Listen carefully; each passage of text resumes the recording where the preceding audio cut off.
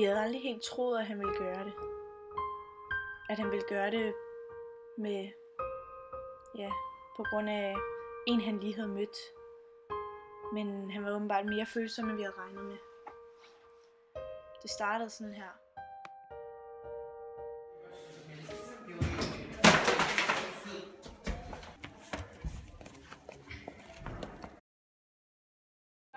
Mange tak for hjælpen med bøgerne.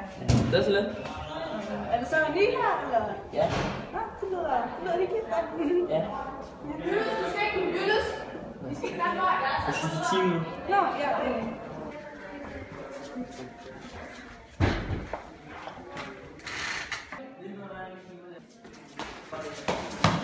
Undskyld, der har jeg da ikke set før. Nej, vi er også lige her.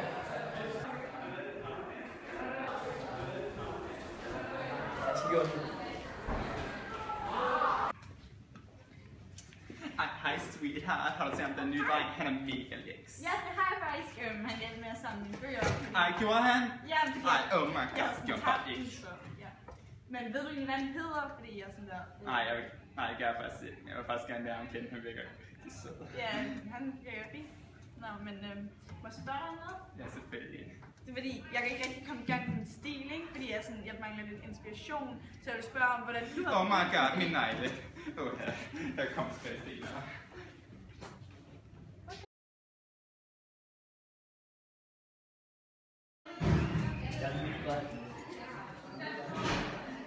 Hej! Hej. Jeg vil lige sige tak for hjælpen med i går. Jamen, det er så lidt. Nå, ja. Skal du noget flere? Nej, det tror jeg ikke, jeg skal.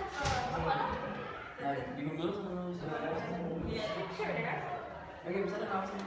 Ja, men jeg synes, vi ses.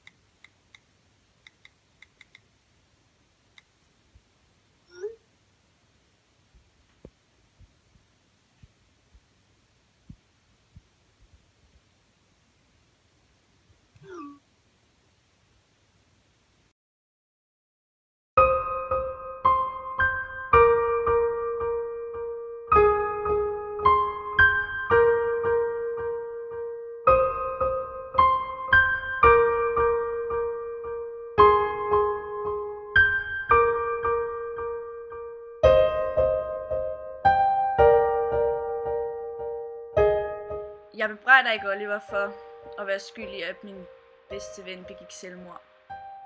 Men jeg snakker ikke med ham længere.